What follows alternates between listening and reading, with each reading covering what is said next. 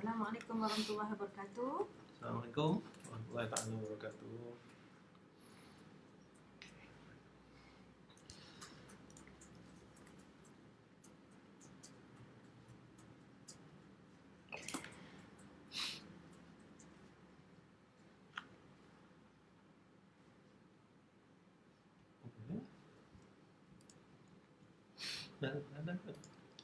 Okey.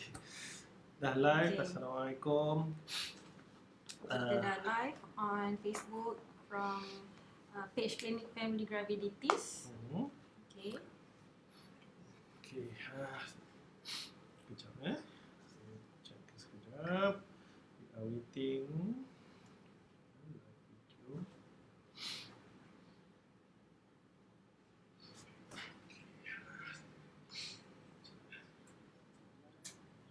Okay. Okay, so sudah ada beberapa orang yang telah on di Facebook. Terima kasih kerana bersama kami pada tengah hari ini. Apa khabar semua? Harap semua sihat. Okey. Hari ini kita nak berbincang mengenai kanser cervix pangkal rahim pangkal rahim ni cervix. Kita pilih topik ni sebab kenapa ni? Sebab kita ada Hari Wanita, Hari 8 Wanita. Mac hari tu. So kami terpanggil untuk buat sharing tentang kanser pangkal rahim ataupun kanser cervix untuk wanita. Dan saya nak sharing sedikit tentang apakah penyakit ini kerana masih lagi ada kekurangan awareness ataupun kekurangan informasi ataupun ramai wanita yang masih tak tahu tentang apakah itu kanser cervix, betapa seriusnya penyakit ini di Malaysia, di kalangan wanita di Malaysia. Dan saya akan sentuh juga apakah tanda-tanda, apakah faktor risiko kepada kanser cervix dan bagaimana kita nak mengesan dan apakah cara yang terbaik untuk prevent kanser cervix boleh ada cara nak mencegah dan kalau boleh sesiapa yang tengah on tu bolehlah share ke dalam Facebook timeline masing-masing, dan sesiapa yang ingin, kita sedang live di dua platform, satunya di Zoom dan satu lagi di Facebook. Kalau sesiapa ingin masuk ke Zoom, ada link juga. Boleh tengok balik link. Mungkin Amira boleh tolong editkan post yang tengah live ni, masukkan link Zoom. Kalau siapa yang nak join, masuk link, boleh bertanya soalan directly. Dan kalau kata siapa yang nak live dekat Facebook, boleh bertanya soalan di bahagian komen. Dan juga mohon untuk sahabat-sahabat kita yang mendengar ni, kita nak test seperti biasalah. Kita nak test mikrofon, kita nak test audio dengan video. Jikalau clear, mohon cakap clear, nampak ke muka ke. Kedua, kita punya suara ni clear atau tidak. Kerana kita tak nak nanti kalau mungkin ada benda yang kita tak dengar, kita tak perasan, tengok tak dengar, sebenarnya kita cakap pun tak dengar. So kalau ada sahabat yang dengar ni, mungkin boleh bagi tahu clear ataupun tidak, supaya kita boleh tengok ambil langkah yang kalau tak clear kita buat sesuatu. Volume slow tak dengar volume memang slow. tak dengar ke Fadila? Suara tak kuat kalau kita dekat sini sebenarnya dekat phone ni boleh dengar lah. Phone saya boleh dengar. Okey, terima kasih. Terima kasih input Fadilah. Okey, kalau Okey, saya harapkan banyaklah soalan tentang berkenaan kanser pangkal rahim. So saya nak mulakan sharing kita. Mungkin ramai yang tak tahu pangkal rahim tu apa. Pangkal rahim tu sebenarnya adalah bahagian bawah daripada rahim. Rahim tu adalah satu organ dalaman wanita, organ reproduktif yang berfungsi untuk satunya untuk kehamilan, dan kedua ialah fungsinya ialah dia menghasilkan menses setiap bulan. So di bahagian bawah rahim tu ada bukaan rahim. Itulah kita panggil pangkal rahim ataupun dalam bahasa medikalnya cervix. So kanser cervix ni merupakan kanser ketiga paling common di kalangan wanita Malaysia. Di Malaysia? Yes. Yang ketiga, kanser yang ketiga paling banyak di kalangan wanita Malaysia. Yang pertama adalah kanser payudara, breast cancer. Yang kedua adalah kanser usus besar, colon cancer. Okey. Tetapi di kalangan wanita yang berumur antara 15 ke 44 tahun, kanser pangkar rahim adalah jatuh kepada nombor 2 penyebab utama kanser. Golongan muda lah. Golongan antara 15 tahun hingga ke 44 tahun. Jadi adalah sangat signifikan ya. Kanser pangkar rahim ni adalah satu benda yang serius yang boleh menyebabkan kematian ya. So setiap tahun ya, daripada kajian yang lepas ya, pada tahun 2011 mereka mendapati terdapat 2,000 ke 3,000 hospital admission disebabkan oleh kanser pangkar rahim ya. Dan pada 2019, the latest data yang saya dapat tadi, ada 10 orang wanita di dalam 100,000 wanita yang akan mengalami kanser pangkar rahim.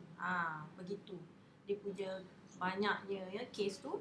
Dan pada tahun 2018, kanser pangkar rahim menyebabkan 944 kematian. Ya. Dan ini merupakan satu jumlah yang besar. Dan kita sebenarnya nak tahu sama ada kita boleh prevent ke tidak kanser ni. Sebenarnya boleh prevent kanser pangkar rahim dan boleh kalau kata kita dapat detect pada peringkat awal, sebenarnya boleh dirawat. Ya. So kalau kata nak tahu sebenarnya faktor-faktor risiko apa yang menyebabkan kanser pangkar rahim, mungkin sebagai lelaki risk factor apa yang lelaki nak tahu. Kita cakap bila orang selalu kata risk factor risk factor ni maksudnya kadang-kadang bila kita ceritanya risk factor ni bermaksud kebarangkalian untuk mendapat tu lebih tinggi. Tak semestinya tak jadi. Tak semestinya kalau tak ada dalam risk factor tu kita tak dapat. Dan tak semestinya kalau kita ada risk factor tu kita dapat. Jadi risk factor ni sebenarnya daripada kajian mengatakan ini adalah faktor-faktor yang kalau ada kemungkinan kita untuk mendapat sesuatu keadaan tu lebih tinggi. Okay?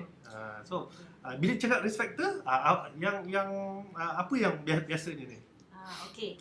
So yang paling utama penyebab besar kanser pangkar rahim adalah virus. Ya, nama virus itu adalah human papilloma virus ataupun HPV. Betul. Ini adalah penyebab yang utama. Penyebab-penyebab lain dia ada beberapa. Kalau kata dah ada HPV tu, apakah faktor-faktor lain yang meningkatkan risiko seorang wanita untuk mendapat kanser pangkar rahim? Yang pertamanya seorang wanita itu memulakan ataupun mengalami dia punya first hubungan kelamin pada umur yang awal. Maknanya umur dia di bawah 17 tahun. Ini merupakan satu faktor risiko yang boleh menyumbang kepada kanser pangkar rahim. Betul? Awal ya. Maknanya ada hubungan kelamin pada umur yang muda. Yang kedua, mempunyai hubungan kelamin dengan banyak orang. Several sexual partners. Dalam kajian mengatakan lebih daripada 3 orang yang berbeza dan meningkatkan risiko dia mendapat kanser pangkar rahim. Yang ketiga, sekiranya seorang wanita itu menggunakan pil perancang, birth control pills, selama lebih 10 tahun. Dia meningkatkan risiko untuk mendapat kanser pangkar rahim. Yang seterusnya adalah apabila imun sistem dia sangat lemah. Apabila dia ada HIV ataupun apa-apa masalah lain yang menyebabkan weakened immunity, boleh menyumbang kepada faktor risiko dia meningkat untuk mendapat kanser pangkar rahim. Ini adalah faktor-faktor lain di samping ada exposure kepada HPV. Virus tadi kan. So, merokok macam mana merokok? Yes, merokok juga popular lah, merokok juga merupakan satu risiko yang meningkatkan risiko untuk dapat kanser pangkal rahim. Sebab merokok ni kalau kita tengok memang macam-macam dengan kita apa yang kita hisap tu kan, untuk orang yang merokok ni apa yang dihisap tu antaranya selain daripada bahan-bahan kimia, bahan-bahan kimia tu carcinogens. Carcinogens, kita panggil carcinogens adalah benda yang boleh mencetuskan kanser di dalam badan. Jadi kadang-kadang kita selalu terbayang apa kaitan kita hisap rokok, kurang-kurang kanser mulut, kurang-kurang kanser paru-paru, kurang-kurang kanser tekak. Tetapi macam mana dengan kanser pangkal rahim, macam mana dengan luka dan tidak boleh baik dan sebagainya. Ini kerana bahan-bahan itu di dalam badan. Masuk dalam badan. Bukan apa yang disentuh saja, maksudnya paru-paru ataupun tekak saja, tetapi yang di dalam badan juga. So smoking tolong kita kurangkan. Okey. So adik yang bertanya, macam nak tahu kita dah ada kanser pangkal rahim? Macam mana tahu? Ini untuk semua suami jugalah. Tiba-tiba kalau Tanda-tanda isteri ada tanda-tanda ni, kenalah baru berjumpa dengan doktor. Okey. Kebanyakan kalinya, seorang wanita yang mempunyai nanti kebanyakan kali. Kebanyakannya. Most of the time. Nak cakap bahasa Melayu dah lapar hari ni kan. So most of the time wanita tu tak ada simptom pun. Itu yang bahaya. Apabila dia tidak ada simptom, kita tak tahu yang kita mengalami penyakit. So kalau kata dah di peringkat-peringkat yang dah lewat, kebiasaannya dia akan ada simptom-simptom yang satunya PV bleeding ataupun pendarahan daripada vagina ataupun faraj. Okey, kejap ada kita buat body. Wanita tu tak ada simptom pun. Kejap ada kita betulkan mic sikit. Masih tak dengar ke? Kejap. Mic kita ni tidak ada masalah sebenarnya. Okey. Volume iMac ni dia tidak ada masalah sebenarnya, Fadilah. Sebenarnya volume dia tak boleh dikontrol. Okey. Kita teruskan balik. Okey. So simptom-simptom wanita yang mengalami, yang mungkin kita tak ada kata simptom ini menunjukkan kanser pangkal rahim, tapi apakah simptom yang boleh menunjukkan tanda-tanda kanser pangkal rahim? Satunya pendarahan daripada faraj, bukan semasa period, bukan semasa menses kita, kitaran luar daripada kita lah. So bila dia datang period, dia dah berhabis period, tiba-tiba pada pertengahan kitaran tu datang lagi pendarahan yang lain, so it's unusual ataupun abnormal vaginal bleeding. Dan yang keduanya, tiba-tiba dia banyak pula discharge yang keluar, yang pelik, dan yang ketiganya, pendarahan selepas bersama dengan suami ataupun selepas hubungan kelamin dia ada pendarahan. Yang keempat, sakit sewaktu bersama, sakit semasa hubungan kelamin. Dan yang seterusnya, tiba-tiba dia ada pendarahan semula selepas dah menopause. Sebab bila kita tengok balik rata-rata umur wanita yang kita diagnose ada sebagai kanser ni, kebanyakannya umur 40 ke 50 tahun. Sebab pada waktu tu banyaklah yang dapat pada masa dia dah menopause, tiba-tiba dia bleeding balik. So bila kita buat investigation, tengok ada kanser pangkal rahim. Sebab tu macam tadi bila kita kata kadang-kadang ini adalah tanda-tanda. Bila tanda-tanda ini terjadi, jangan kita ambil mudah. Kan? Sebab apa, kadang-kadang biasa dia tanda-tanda ni kadang-kadang jadi bila dah lambat. Sebab peringkat awal mungkin tak ada tanda-tanda. Sebab tu nanti mungkin Dr. Zainal akan sentuh sedikit tentang screening lah kan. Tetapi apabila dah keluar tanda-tanda ni, bila dah terjadi tanda-tanda ni, kita takut sebenarnya benda tu dah lambat. Dan kita lengahkan lagi jadi berlanjutan lah kan. So kita jangan ambil ringan, jangan ambil remehkan kan. Bila kebanyakan wanita ni dia akan rasa takut lah apabila bleeding tiba-tiba tak waktu period, tiba-tiba bleeding. So dia memang kebanyakan wanita akan datang berjumpa dengan doktor untuk tanya kenapa. Yang itu bagus Yang kita tak nak ni yang tiba-tiba dibiarkan saja, tak ada apa-apa pun. Tapi kebanyakan masanya memanglah ada masalah hormon, betul. Tapi how do you know? How do you know is masalah hormon ke ataupun masalah pangkal rahim ke, masalah dengan rahim itu sendiri ke? So kita kena find out, kita kena investigate jumpa doktor. Okay? So one of the ways for us to find out ataupun untuk kita tahu ataupun mengetahui sama ada kita mengalami kanser pangkal rahim adalah melalui ujian Pap smear. Ini halus sebut. Okay. Saya nak katakan kat sini, banyak wanita tak buat Pap smear. Ada kajian dia buat. Kenapa wanita tak buat Pap smear ni? Takut. Satunya dia tak diberikan appointment. Kebanyakan wanita yang lepas bersalin, dia akan mendapat appointment untuk Pap smear 6 minggu selepas bersalin. Ya, maknanya dah habis darah nifas, dah habis berpantang, dia akan sepatutnya datang berjumpa dengan doktor, sama ada doktor di klinik kesihatan, klinik swasta ataupun doktor pakar. So dia kena schedulekan untuk mendapat ujian Pap smear. Ya. Tetapi ada juga wanita yang kata dia tak dapat apa-apa information. Sebab tak pergi. Dia tak tahu pun dia kena buat Pap smear. Ada juga yang kata dah dapat appointment tapi masa tak mengizinkan. Busy. Tak ada masa.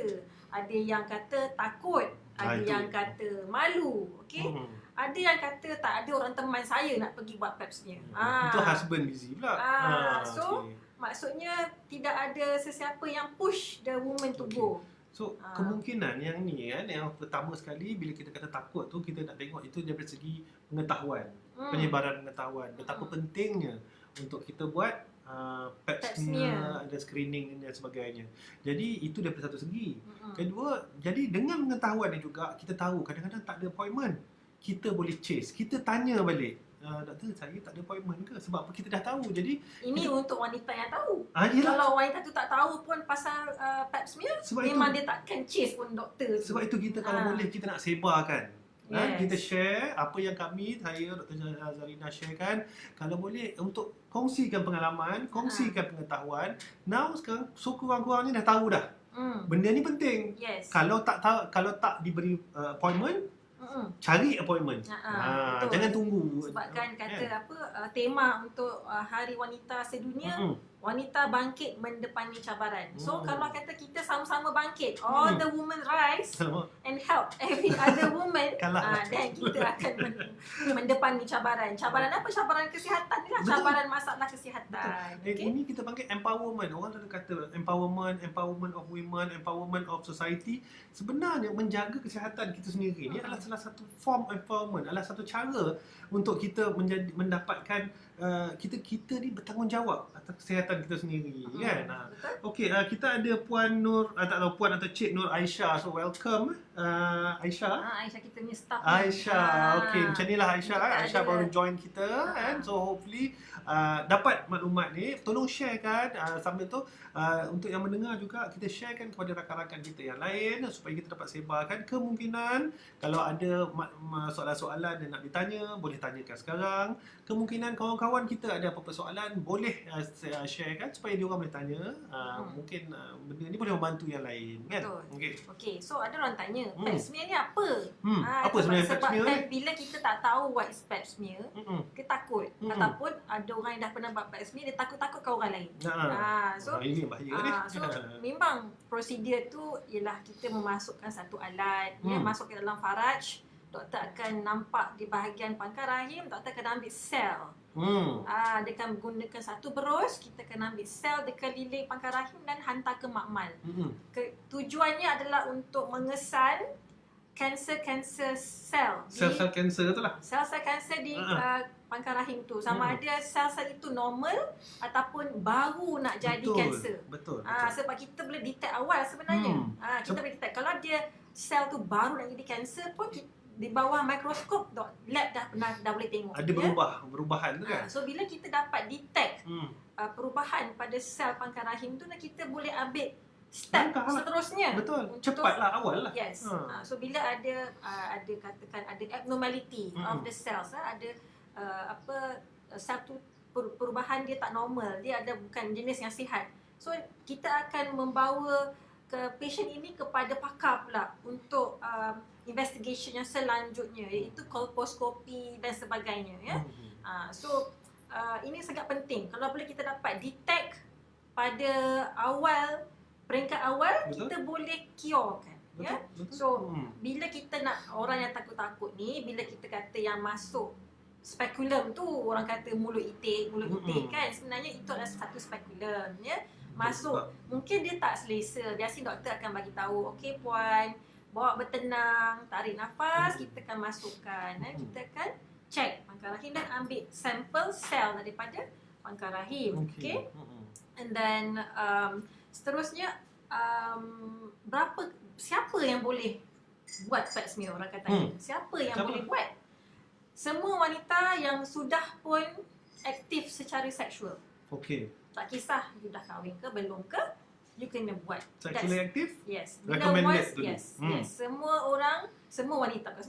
wanita lebih daripada 15 tahun yang sudah pun mempunyai hubungan kelamin perlulah buat pap smear. Okey.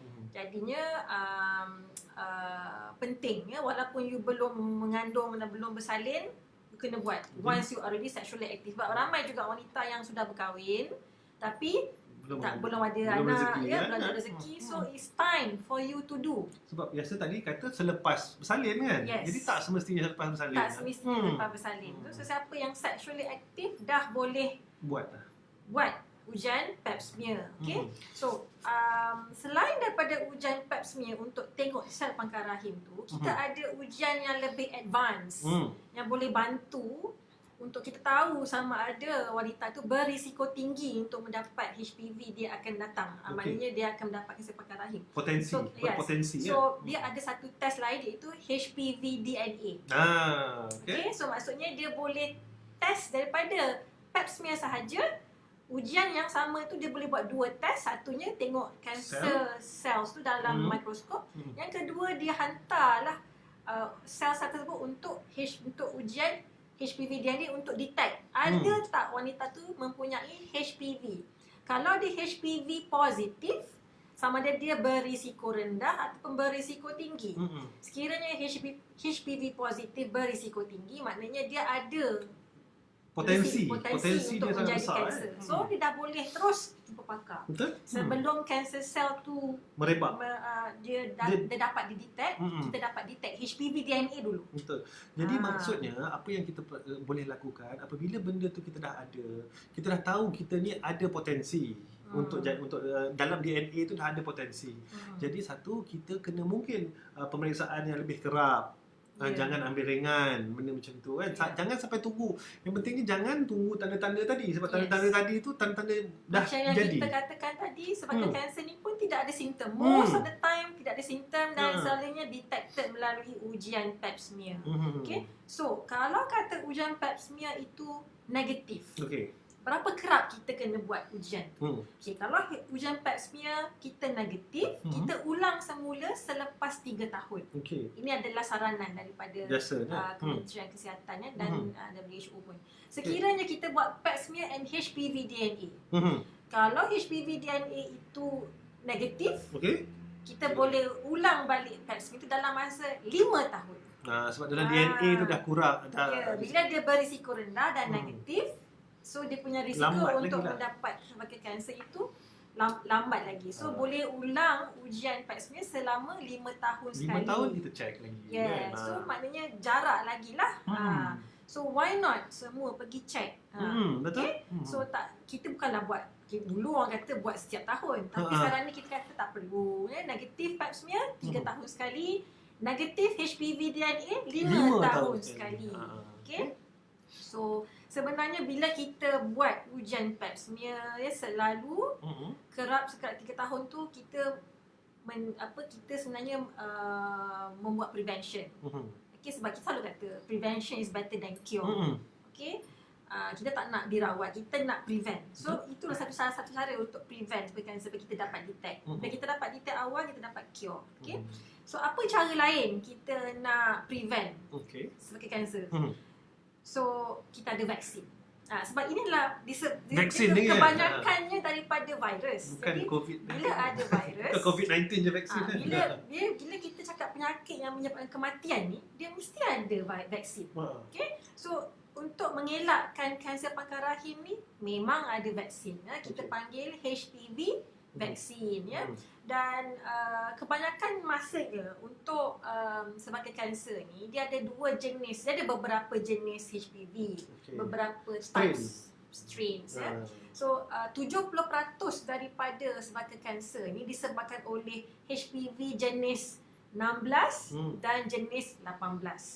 Okey, itu yang paling common. Tapi ada juga jenis yang lain yang boleh menyumbang kepada sebagai kanser. Dan HPV ni sebenarnya bukan sahaja boleh menyebabkan sebagai kanser. Dia boleh menyebabkan kanser dubur, anal cancer, kanser vagina, kanser penis untuk lelaki. So jangan ingat perempuan je yang kena kanser, lelaki pun boleh kena kanser daripada HPV. So datang dari mana HPV ni, orang kata datang pada mana kuman ni sebenarnya. Okey, HPV ni boleh ada di merata-rata.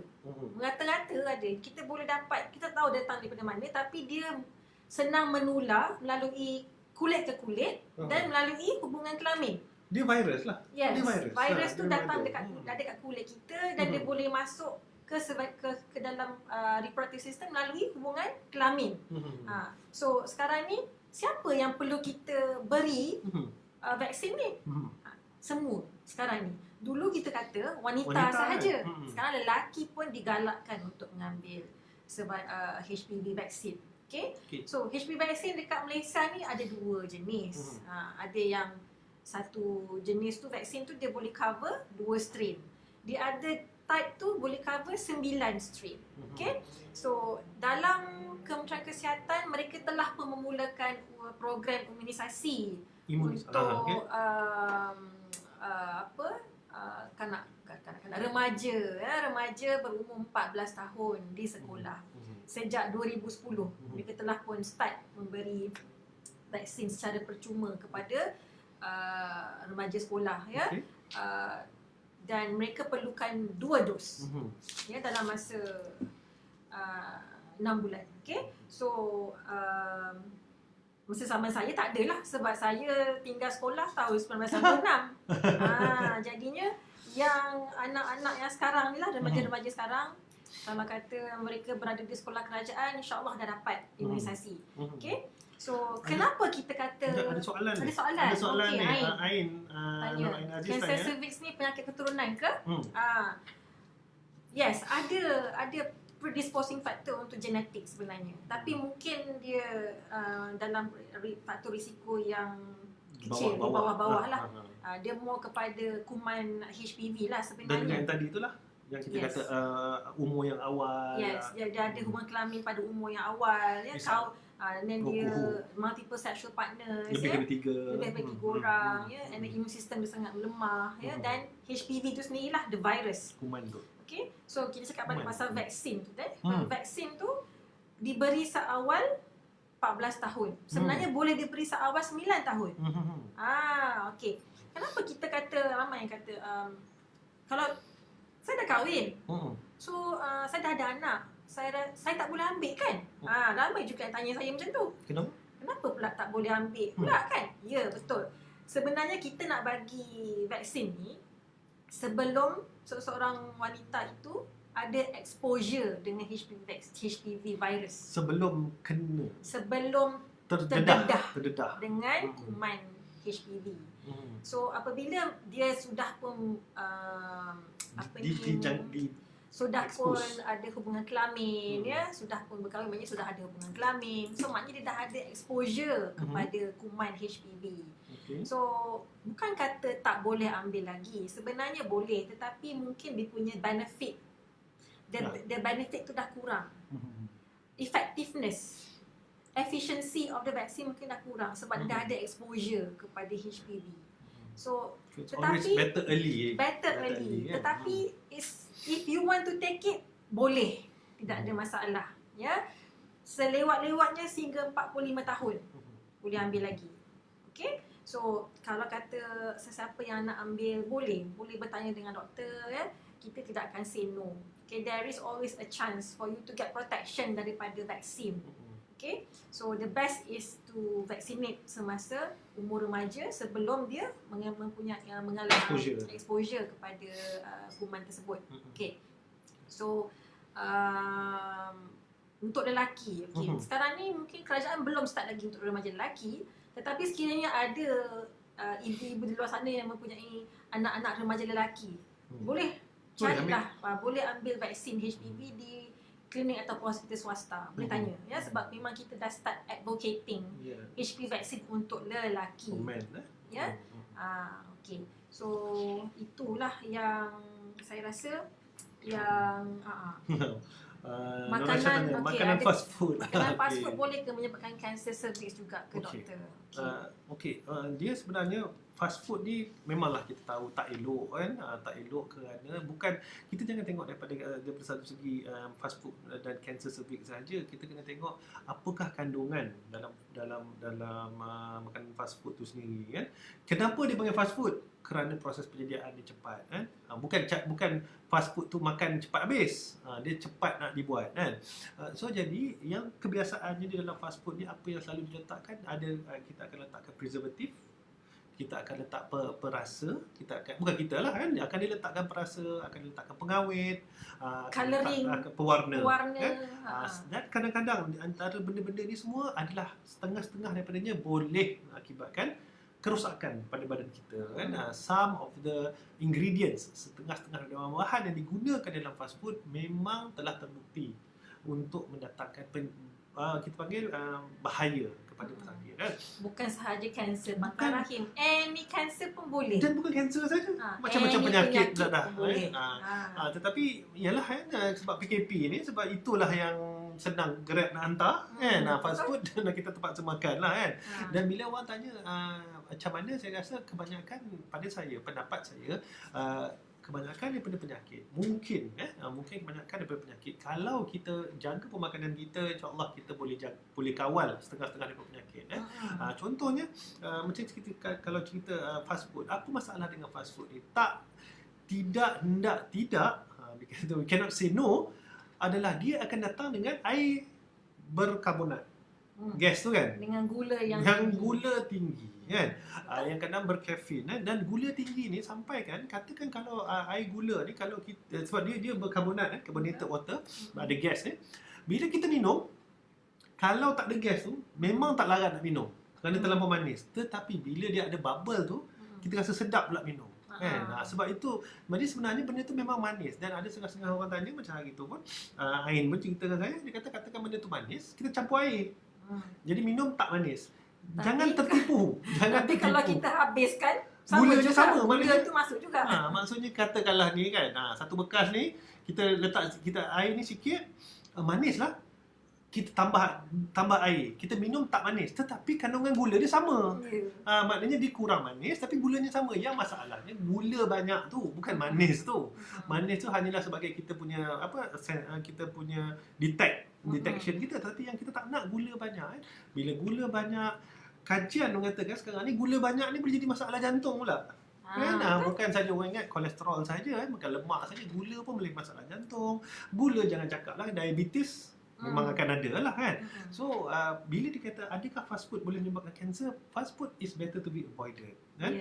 Ataupun jangan makan berlebihan. Dan bila kita tengok dalam piramid makanan tu, tak ada pun fast food kan, makanan sihat, pinggan sihat, tak ada pun fast food. Tetapi mungkinlah kita ni terdedah kerana banyak-banyak bukan kata peluang, macam kekangan masa yang ada masalah, kita terpaksa makan, tapi jangan dibiasakan kan. Kerana memang ada lebih banyak buruk daripada baiknya. Okay, saya nak ucapkan terima kasih kepada Puan Aisyah, Puan Hazwani, Aisyah, Syifat Zamri, Fadilah yang sedang menonton ya. Kalau ada soalan lagi, silalah bertanya. Kita ada lagi lebih kurang 10 minit lagi ni nak before kita go off. Sebelum saya pergi makan. Sebab kita dah 12.30. Hari ni kita mungkin nak habis awal 12.45. Kita boleh buat sharing ni pun tak nak lama-lama ya. Sebab kadang-kadang bila kita cerita lama, penat lah kan, penat orang nak dengar. Tetapi yang pentingnya kita nak sampaikan maklumat tu. Contohnya macam tadi, kita kata kita nak sampaikan maklumat bahawa perlu buat kan, walaupun tanpa appointment, perlu buat perlu kita buat screening ni. Jadi sekarang ni at least kita take home, kalau tak dapat appointment, minta. Jangan takut-takut. bertanyalah dekat doktor macam mana prosedur tu dilakukan. Jangan kita dengar cerita-cerita orang lain yang menakut-nakutkan kita untuk membuat satu ujian yang sangat penting untuk wanita sebenarnya. Okay, if you have never done pap smear before, tolonglah pergi dapatkan di klinik yang berdekatan, ya, di klinik di klinik kesihatan ada, di LPPKN ada, ya, di klinik swasta, hospital swasta, ya. So pergilah dapatkan appointment at least pada tahun ni satu kali, kalau normal setiap 3 tahun, ya. Dan untuk siapa yang masih lagi belum dapatkan vaksin HPV, pergilah cari HPV vaksin. Okay, kita satu soalan daripada Puan Fi Rahman. Kalau pap smear detected HPV, adakah dia telah disahkan ada kanser? Okay, Dia ada virus. Terima kasih Puan Fi. Okay. Sebenarnya bila kita dapat detect HPV positif semasa pap smear, itu menunjukkan kita ada risiko tinggi untuk mendapat cervical cancer. Saya kata pada awal sesi tadi, HPV merupakan punca utama cervical cancer, ya. So apabila dia telah mendapat positif HPV, kita akan refer wanita tersebut kepada pakar sakit puan untuk buat ujian kolposcopy. Lebih untuk advance kan? untuk confirm kan.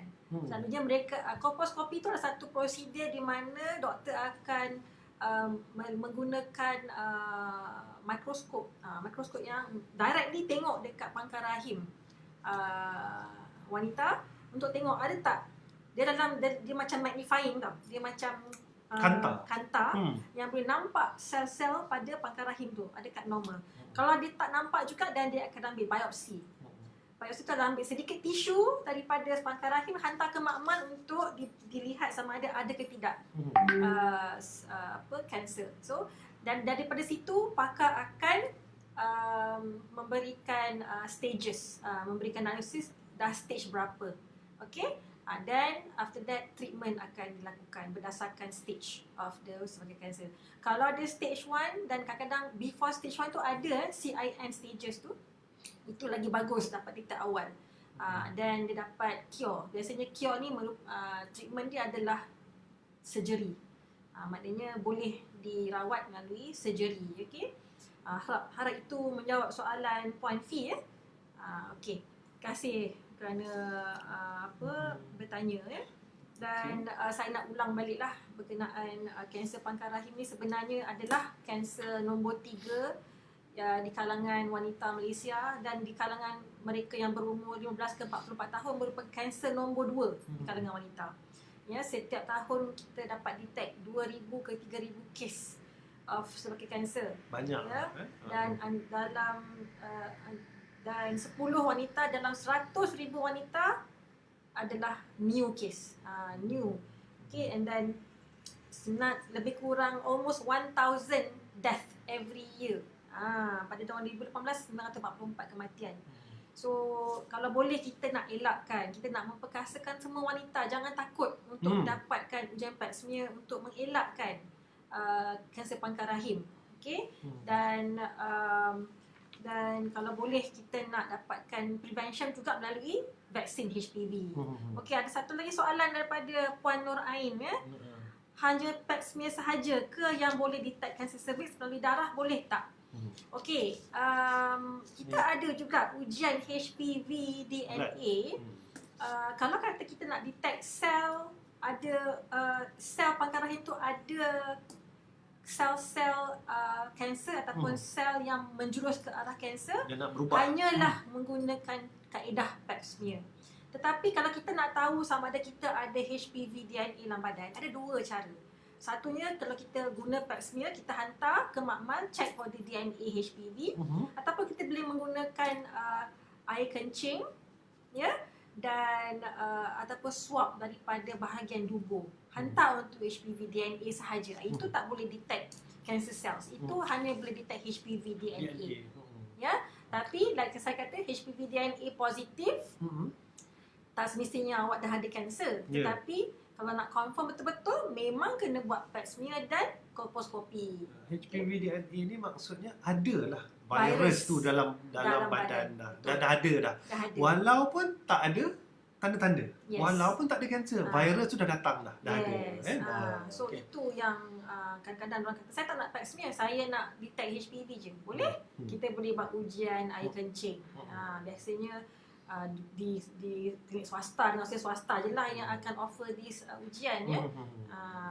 Okay. Dan mungkin ada yang memudahkan untuk siapa yang rasa takut tak selesa yang tadi tu kan, dia rasa takut tak selesa, kita mulakan sekurang-kurangnya buatlah sesuatu. At least datang berjumpa doktor dulu, bertanya. Berbincang. Macam mana, bertanya dengan berbincang dengan doktor, macam mana ujian pap smear ni, adakah dia tak selesa, selamat ke, ada apa-apa komplikasi ke selepas ujian tu. Sebenarnya sebenarnya tidak ada apa-apa komplikasi selepas buat ujian pap smear. Bila kita nak datang, that's one question.